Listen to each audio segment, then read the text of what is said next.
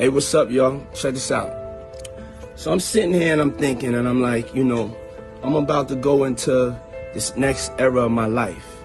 And I'm gonna be doing a lot of positive things, a lot of disruptive things. A lot of things I really don't want everybody to know about. So like on the gram, everybody knows about everything, March 9th, 1997, 12:47 a.m., Wilshire Boulevard, Los Angeles. The bass from Hypnotize still echoes in Christopher Wallace's ears as he slides into the passenger seat of his GMC Suburban. Red traffic light, engine idling. Then, the Impala SS pulls alongside. In the next 30 seconds, the King of New York would be gone forever, and the music industry's biggest mystery would begin. But let's rewind to understand how we got here. Let's go back to where it all started, because Christopher's story isn't just about that fateful night. It's about a web of relationships, betrayals, and secrets that took 26 years to unravel. Before we unveil this secret, the following is for educational and entertainment purposes. Viewers' discretion is strongly advised. Brooklyn, 1992. A 19-year-old Christopher Wallace stands on the corner of Fulton Street, freestyling for whoever would listen. His flow is undeniable, his presence magnetic. In the crowd, a young entrepreneur named Sean Combs watches from the shadows. Puff, as he's known, sees something special. Not just talent, but a voice that could carry an entire movement. That moment, that first meeting between mentor and protege, would change hip-hop forever. But it would also set in motion events that would end in tragedy. Christopher wasn't just another street kid trying to make it. Behind those bars about moving weight and living lavishly was a young man who read voraciously, who dreamed of taking care of his mother Valletta, who wanted to prove that a fat kid from Bed-Stuy could conquer the world. Was born when he was just 20, and everything changed the moment he held her. Suddenly, the drug dealing wasn't just about survival or status. It was about providing for this tiny human who worked double shifts as a preschool teacher, coming home exhausted but never too tired to check on her son. She saw the talent in Christopher's rhymes, but she also saw the danger in his lifestyle. "Christopher," she would say, using his full name the way only mothers words. "Don't waste it on these streets." She worried constantly about the late nights, the new friends, the money that appeared with no explanation. Every time he left the house, she wondered if he'd come back.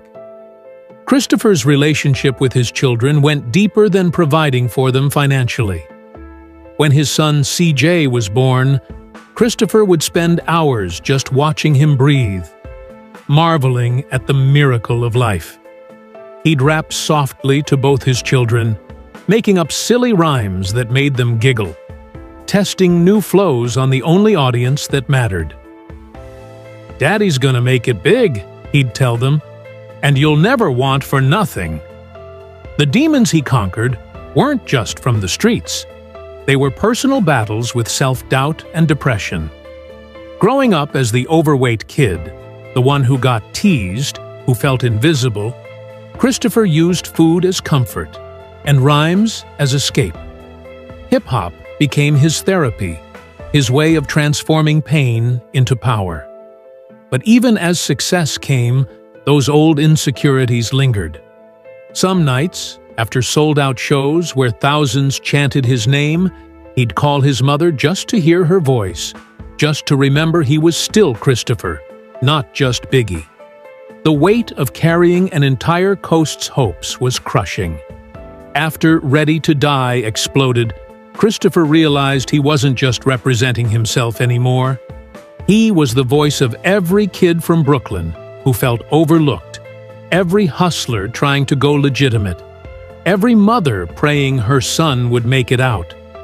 Fans would stop him on the street, sharing their stories, telling him how his music saved their lives. The responsibility was overwhelming for someone who just wanted to tell his truth.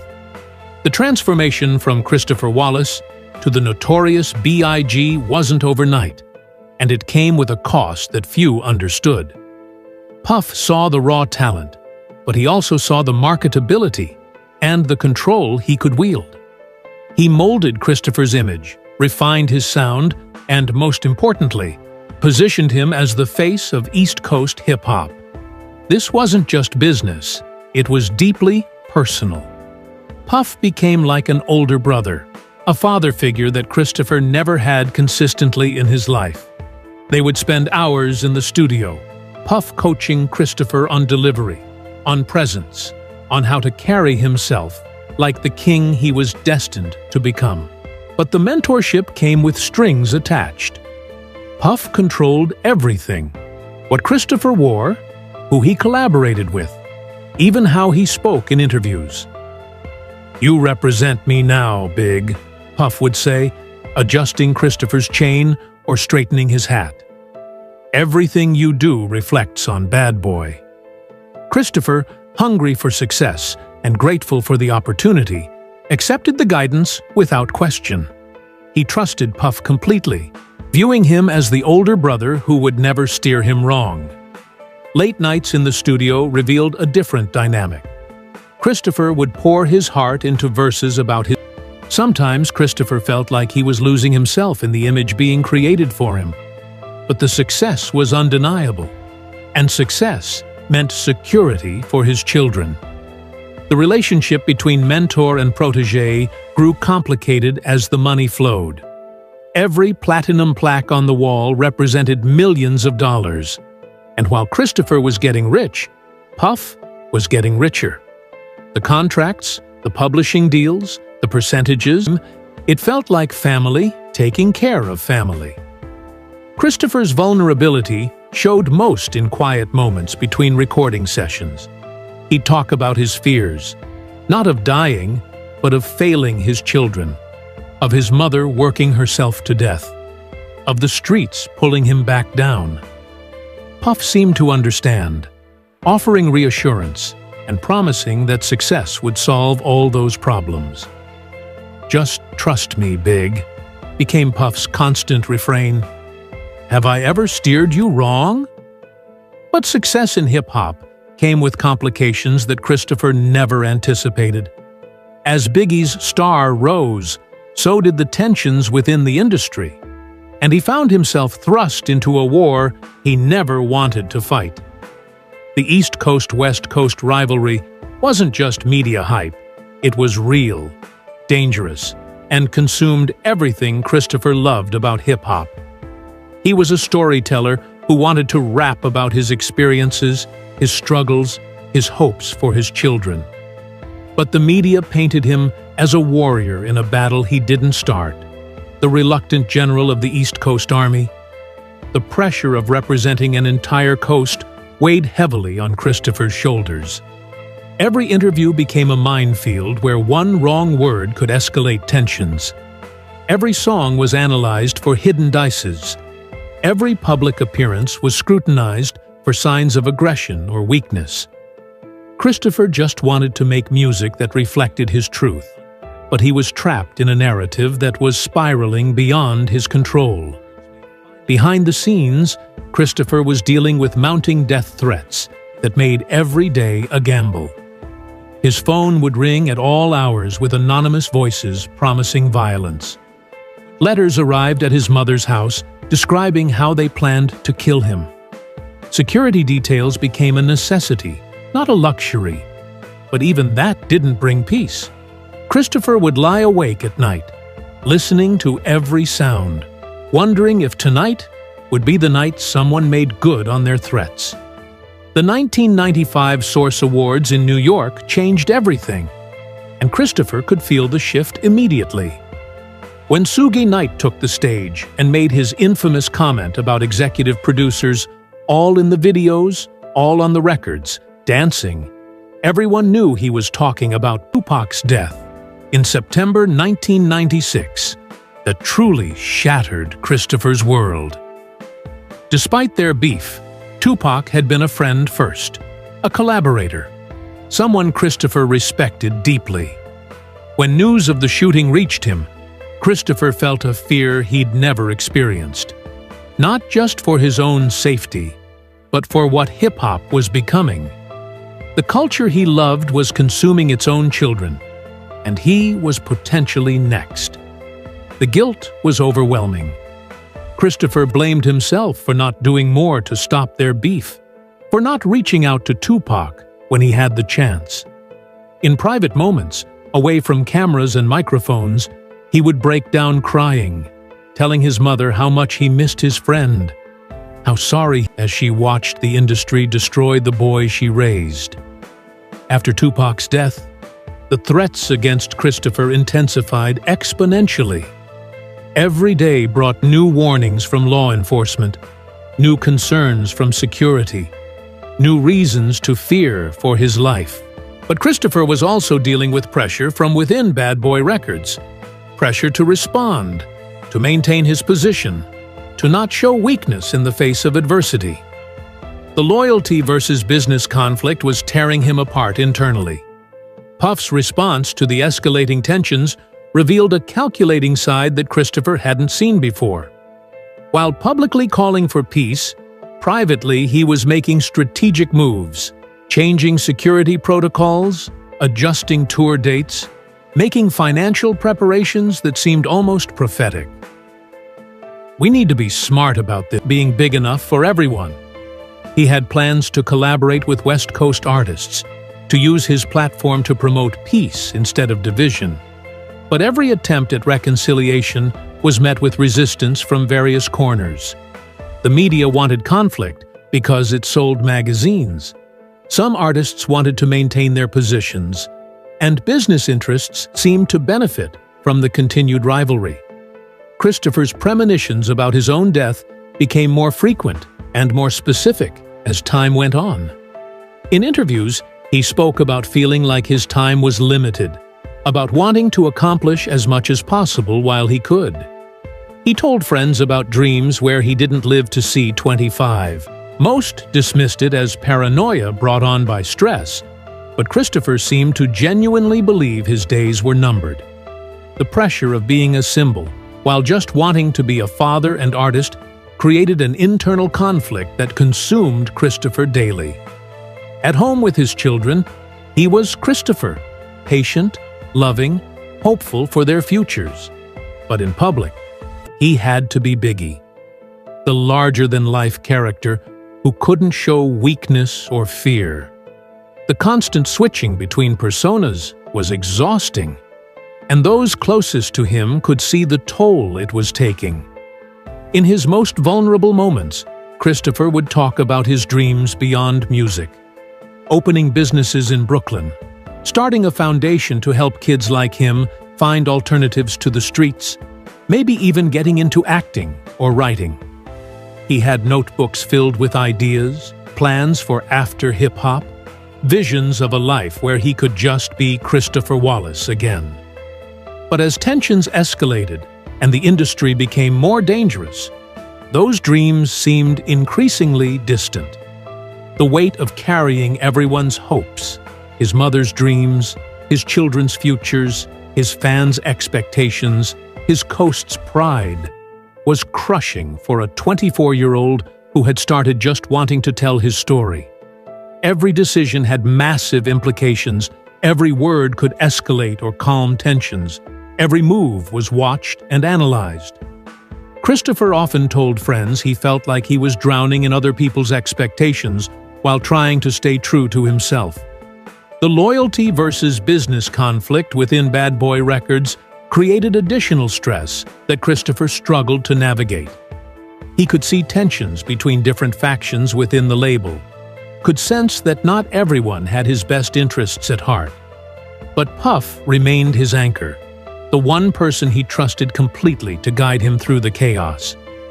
That trust, that complete faith in his mentor's judgment, would prove to be both Christopher's greatest strength and his fatal weakness. As 1996 drew to a close, the industry landscape had fundamentally shifted.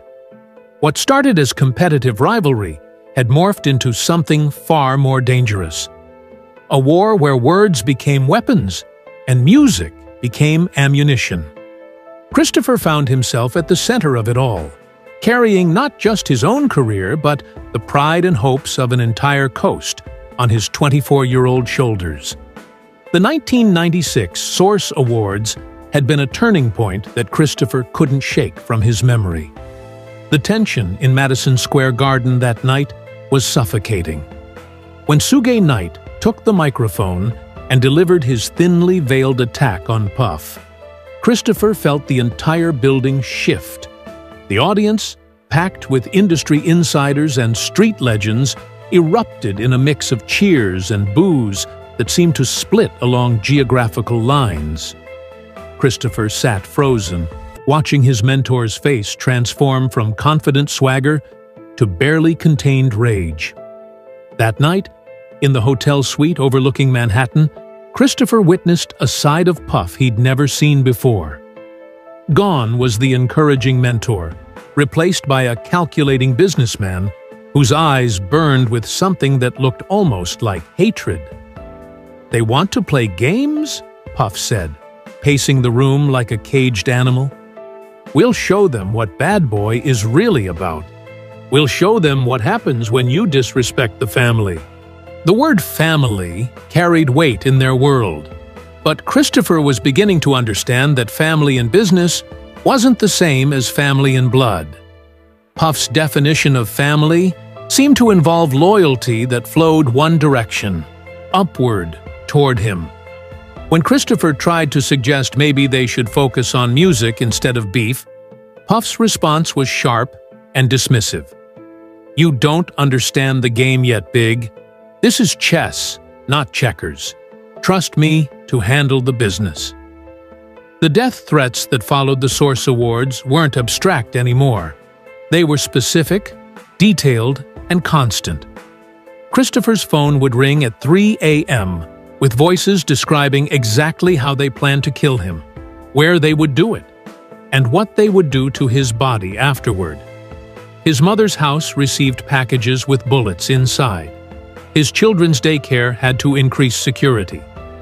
The threats weren't just against him, they targeted everyone he loved, everyone who mattered to him. Valletta Wallace watched her son transform before her eyes. The playful young man who used to make her laugh with his impressions and stories was becoming someone she barely recognized. Paranoid, jumpy, constantly looking over his shoulder. "Christopher," she would say during their phone calls, "maybe it's time to step back, take a break from all this." But Christopher felt trapped. The machine was too big, the momentum too strong, the financial obligations too heavy. He couldn't just walk away, even if he wanted to. The pressure of being a symbol when all he wanted was to be a father became Christopher's daily torment. At home, playing with T'yanna and CJ, he could forget about Biggie for moments at a time. He would get on the floor and build blocks with them, making up silly voices for different characters, being just dad. But then, his security detail would shift positions outside, or his phone would buzz with another threat, and reality would crash back. His children were growing up with armed guards as a normal part of life, and that broke something inside Christopher every day. His dreams beyond music became more vivid and more urgent as the dangers increased. Christopher had notebooks filled with business ideas, a restaurant in Brooklyn serving his mother's recipes, a youth center where kids could learn music production instead of turning to the streets, maybe even a clothing line that represented Brooklyn pride without the violence. He talked about these dreams with increasing frequency, as if speaking them aloud could make them more real, more possible. But perhaps most heartbreaking was Christopher's genuine desire to heal the rift in hip-hop. In private conversations with friends, away from cameras and microphones, he would express deep regret about how things had spiraled. "Hip-hop is supposed to bring people together," he would say, not tear them apart. We're all from the same struggle, whether it's Brooklyn or Compton. He had plans to reach out to West Coast artists, to use his platform for unity instead of division.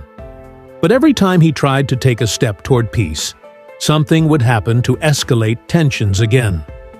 The fear that gripped the hip-hop community after various violent incidents was palpable, but Christopher felt it more acutely than most. He was the biggest target, the most visible symbol of East Coast hip-hop's response to West Coast aggression. Every club appearance was a potential ambush. Every recording session required security sweeps. Every trip outside of New York felt like entering enemy territory. The paranoia was exhausting, but it was also necessary for survival. Within Bad Boy Records, Christopher began to notice subtle shifts in loyalty and allegiance that troubled him deeply. Conversations would stop when he entered rooms.